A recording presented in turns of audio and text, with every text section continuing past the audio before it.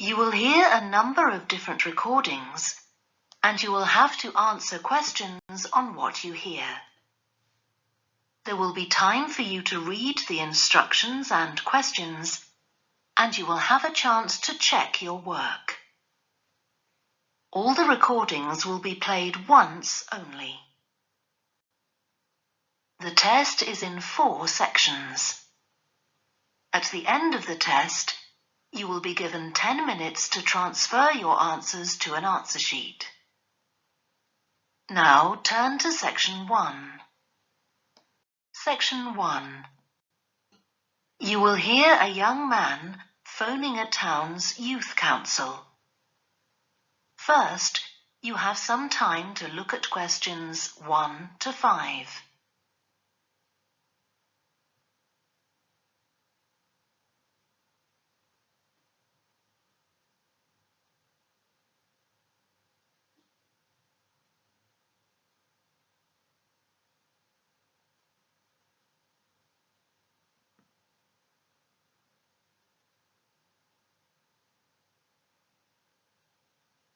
You will see that there is an example that has been done for you. On this occasion only, the conversation relating to this will be played first. Good morning, Youth Council. Caroline speaking. Oh, hello. I'm interested in standing for election to the Youth Council, and I was told to give you a call. That's good. Could I have your name, please? Yes, it's Roger Brown. Thank you. The young man's name is Roger Brown, so Brown has been written in the space. Now we shall begin. You should answer the questions as you listen, because you will not hear the recording a second time. Listen carefully and answer questions 1 to 5.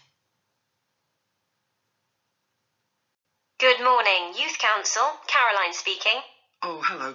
I'm interested in standing for election to the Youth Council, and I was told to give you a call. That's good. Could I have your name, please? Yes, it's Roger Brown. Thank you. I'm Caroline, the Youth Council Administrator. So, do you know much about what the council does, Roger? I've talked to Stephanie. I think she's the chair of the council. That's right. And she told me a lot about it. How it's a way for young people to discuss local issues, for example, and make suggestions to the town council. That's what made me interested. Fine. Well, let me take down some of your details. First of all, how old are you? You know the council is for young people aged from 13 to 18. I've just turned 18. And where do you live, Roger? Well, that's a bit complicated. At the moment, I'm looking for a flat to rent here, so I'm in a hostel from Monday to Friday. I go back to my parents' place at the weekend. Okay, so where's the best place to send you some information about the council? Oh, to my parents' address, please. That's 17 Buckley Street, Buckleigh Street, Stamford, Lincolnshire, though you don't really need the county. Oh, I know Stamford. It's a lovely town. And what's the postcode? PE9 7QT. Right, thank you. So are you working here or are you a student? I started studying at the university a couple of weeks ago, and I've got a part-time job for a few hours a week. What do you do? Well, I've done several different things. I've just finished a short-term contract as a courier, and now I'm working as a waiter in one of the big hotels. Uh-huh. That can't leave you much time for studying. Oh, it's not too bad. I managed to fit it all in. What are you studying? My ambition is to go into Parliament eventually, so my major subject is politics. That's partly why I think the Youth Council is important and want to be a part of it. And I suppose you're also taking a minor subject, aren't you? I know a lot of people study economics too. I chose history. To be honest, I'm not finding it as interesting as I expected. Before you hear the rest of the phone call, You have some time to look at questions 6 to 10.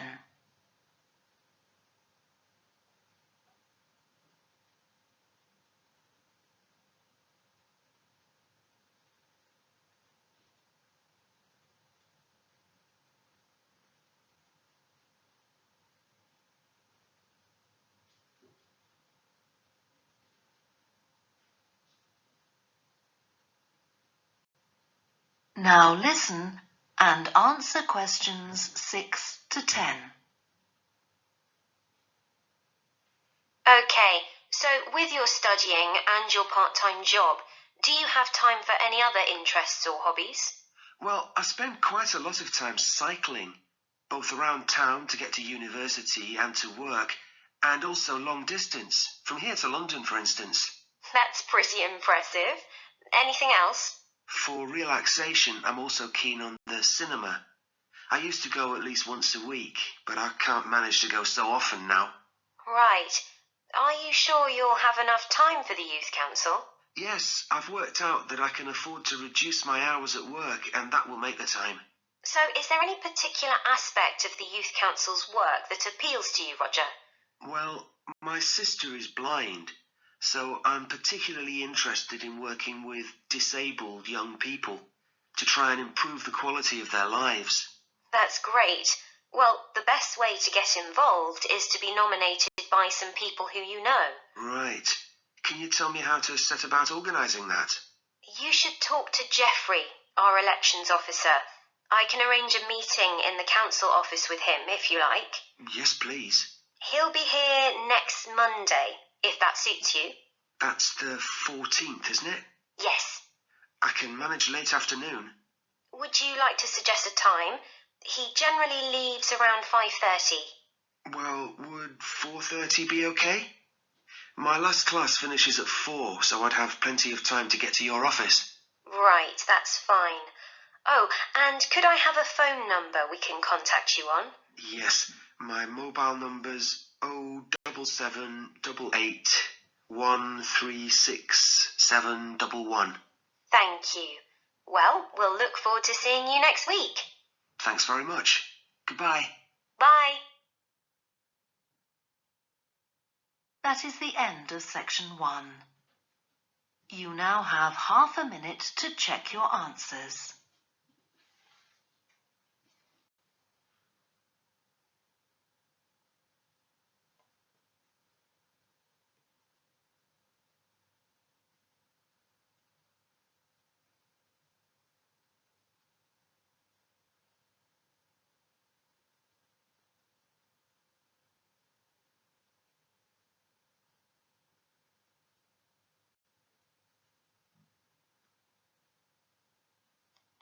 Now turn to section 2. Section 2. You will hear a woman who works in a theatre talking to 2 new staff members on their first day of work. First, you have some time to look at questions 11 to 16.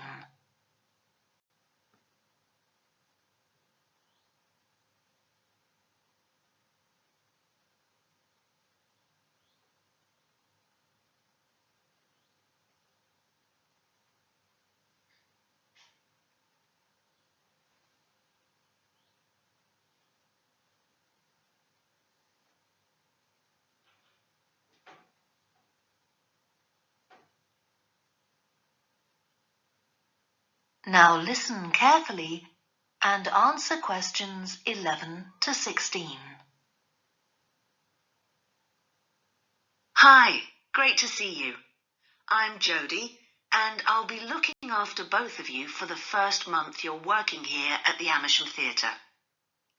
I'll tell you something about the theatre now, then take you to meet 2 of the other staff. It's an old building, and it's been modernised several times. In fact, as you can see, we're carrying out a major refurbishment at the moment. The interior has just been repainted, and we're about to start on the exterior of the building. That'll be a big job. The work's running over budget, so we've had to postpone installing an elevator. I hope you're happy running up and down stairs. When the theatre was built, people were generally slimmer and shorter than now, and the seats were very close together. We've replaced them with larger seats, with more legroom. This means fewer seats in total, but we've taken the opportunity to install seats that can easily be moved to create different acting spaces. We've also turned a few storerooms over to other purposes, like using them for meetings. We try hard to involve members of the public in the theatre. One way is by organising backstage tours, so people can be shown round the building and learn how a theatre operates.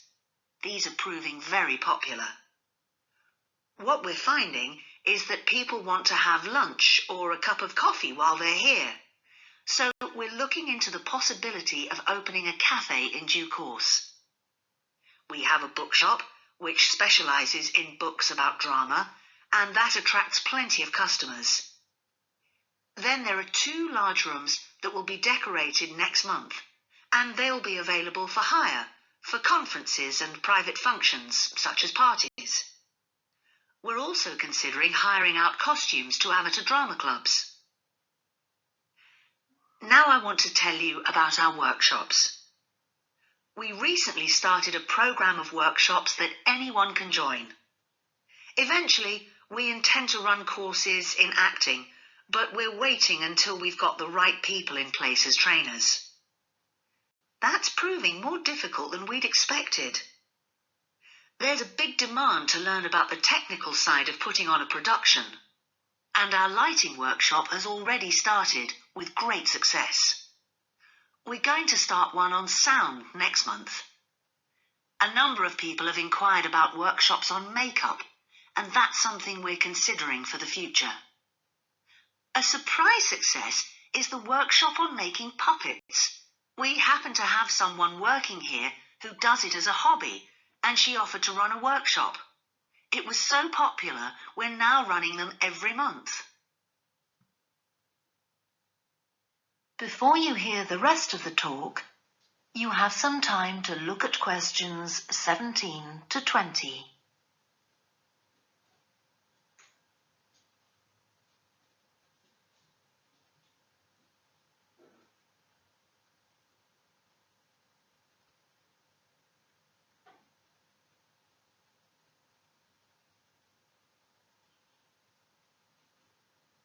Now listen and answer questions 17 to 20. Now, a word about the layout of the building. The auditorium, stage and dressing rooms for the actors are all below ground level. Here on the ground floor, we have most of the rooms that the public doesn't see. The majority are internal, so they have windows in the roof to light them. Standing here in the foyer, you're probably wondering why the box office isn't here, where the public would expect to find it. Well, you might have noticed it on your way in. Although it's part of this building, it's next door, with a separate entrance from the road. For the theatre manager's office, you go across the foyer and through the double doors. Turn right, and it's the room at the end of the corridor, with the door on the left. The lighting box is where the computerized stage lighting is operated, and it's at the back of the building.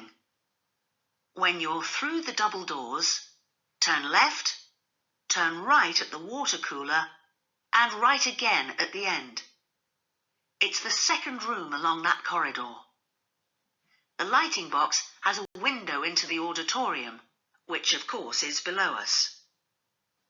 The artistic director's office is through the double doors, turn right, and it's the first room you come to on the right-hand side. And finally, for the moment, the room where I'll take you next, the relaxation room. So, if you'd like to come with me. That is the end of section 2. You now have half a minute to check your answers.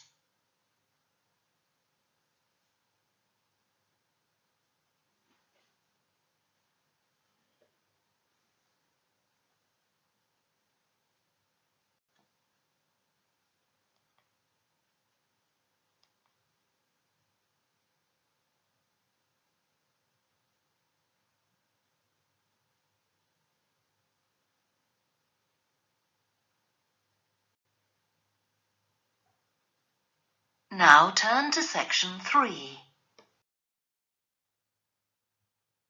Section 3. You will hear two biology students called Helen and Colin talking about the report they are writing on their recent field trip to a seaside area called Rocky Bay. First, you have some time to look at questions 21 to 26.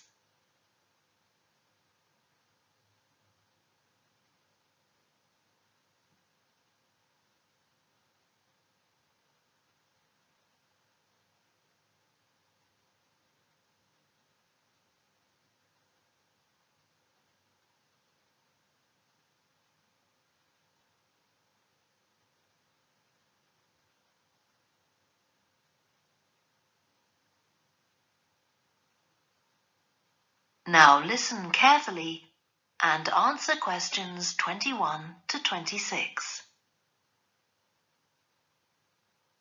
I've brought my notes on our biology field trip to Rocky Bay, Colin, so we can work on our report on the research we did together.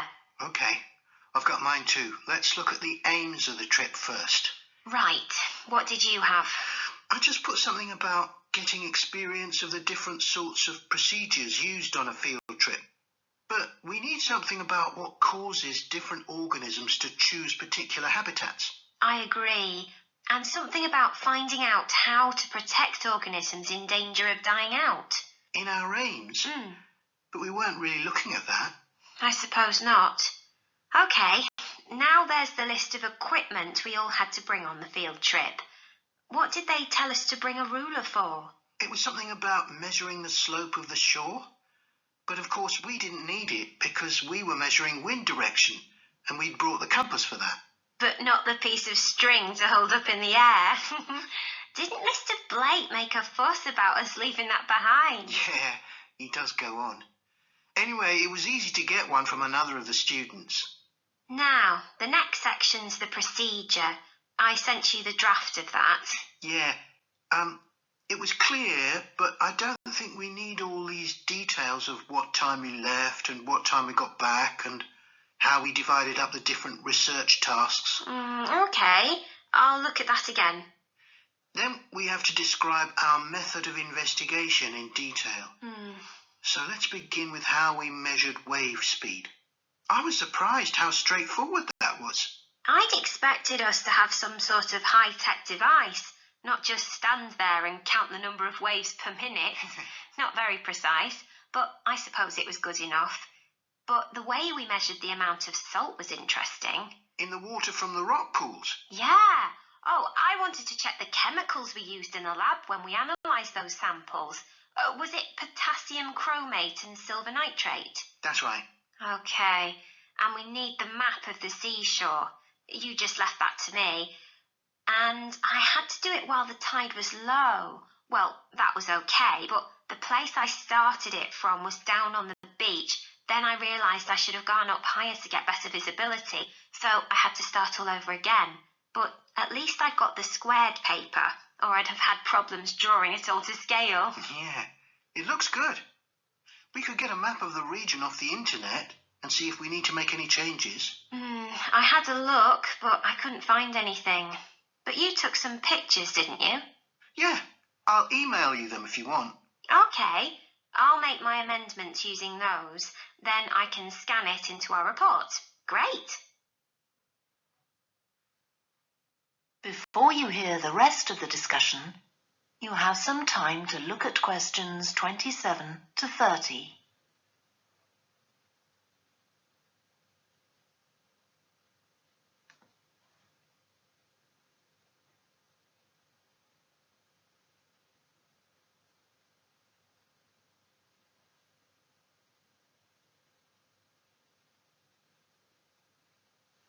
Now listen and answer questions 27 to 30.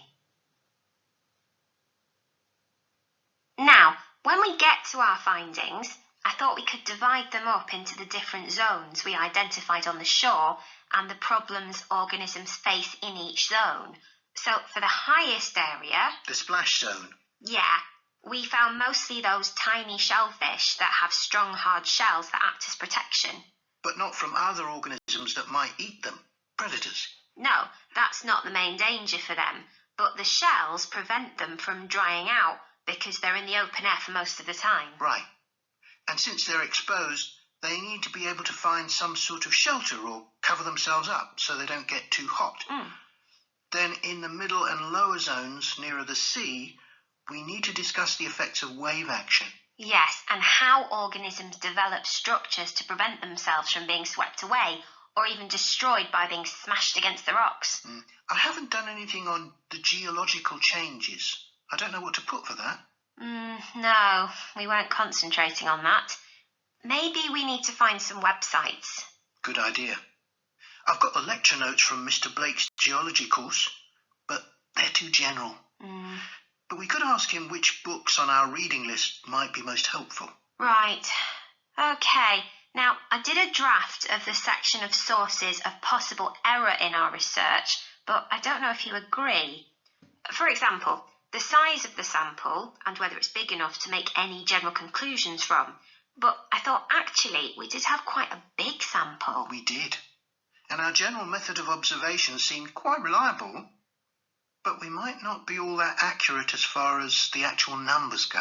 Yeah, we might have missed some organisms, if they were hiding under a rock, for example.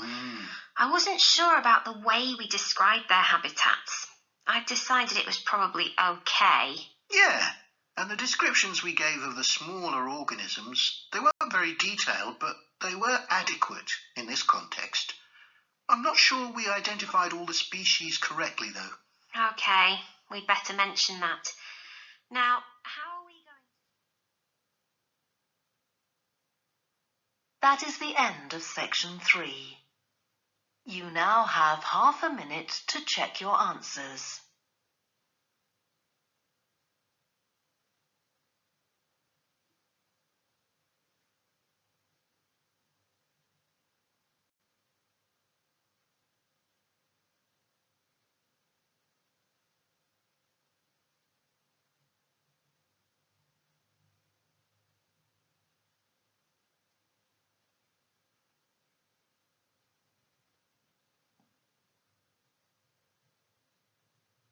Now turn to section 4. Section 4. You will hear part of a lecture to students of architecture about the design of a public building. First, you have some time to look at questions 31 to 40.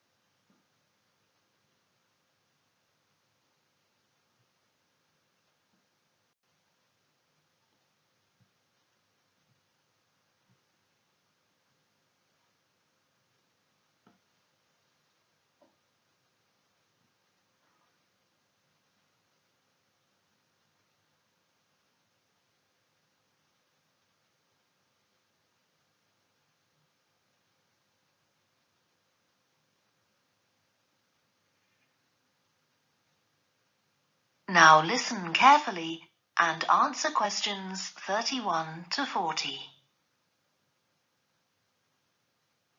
We've been discussing the factors the architect has to consider when designing domestic buildings. I'm going to move on now to consider the design of public buildings, and I'll illustrate this by referring to the new Taylor Concert Hall that's recently been completed here in the city. So, as with a domestic building, when designing a public building, an architect needs to consider the function of the building. For example, is it to be used primarily for entertainment, or for education, or for administration? The second thing the architect needs to think about is the context of the building. This includes its physical location, obviously, but it also includes the social meaning of the building, how it relates to the people it's built for. And finally, for important public buildings, the architect may also be looking for a central symbolic idea on which to base the design, a sort of metaphor for the building and the way in which it is used. Let's look at the new Taylor Concert Hall in relation to these ideas. The location chosen was a site in a run-down district that has been ignored in previous redevelopment plans. It was occupied by a factory that has been empty for some years.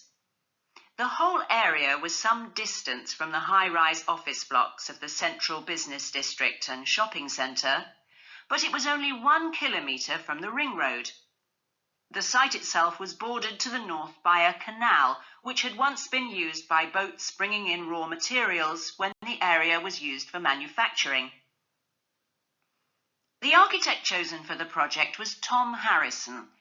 He found the main design challenge was the location of the site in an area that had no neighbouring buildings of any importance.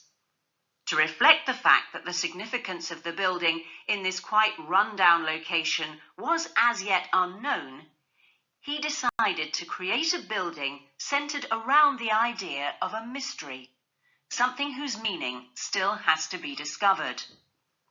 So, how was this reflected in the design of the building? Well, Harrison decided to create pedestrian access to the building and to make use of the presence of water on the site. As people approach the entrance, they therefore have to cross over a bridge. He wanted to give people a feeling of suspense as they see the building first from a distance and then close up.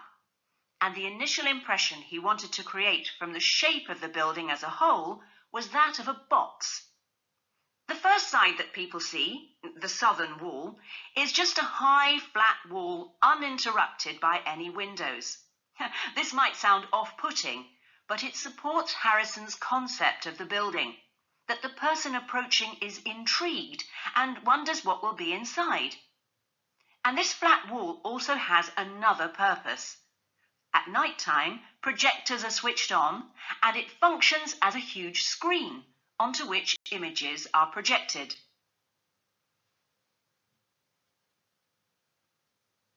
The auditorium itself seats 1,500 people. The floors supported by 10 massive pads. These are constructed from rubber and so are able to absorb any vibrations from outside and prevent them from affecting the auditorium. The walls are made of several layers of honey-coloured wood, all sourced from local beech trees. In order to improve the acoustic properties of the auditorium and to amplify the sound, they are not straight, they are curved. The acoustics are also adjustable according to the size of orchestra and the type of music being played. In order to achieve this, there are 9 movable panels in the ceiling above the orchestra, which are all individually motorized. And the walls also have curtains which can be opened or closed to change the acoustics. The reaction of the public to the new building has generally been positive. However, the evaluation of some critics has been less enthusiastic. In spite of Harrison's efforts to use local materials, they criticise the style of the design as being international rather than local, and say it doesn't reflect features of the landscape or society for which it is built. That is the end of section 4. You now have half a minute to check your answers.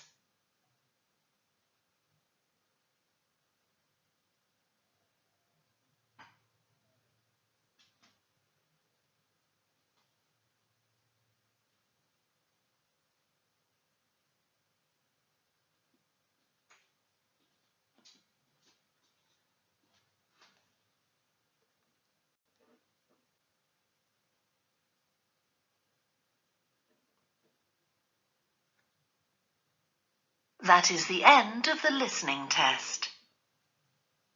You now have 10 minutes to transfer your answers to the answer sheet. Please stop writing and wait for your question booklet to be collected.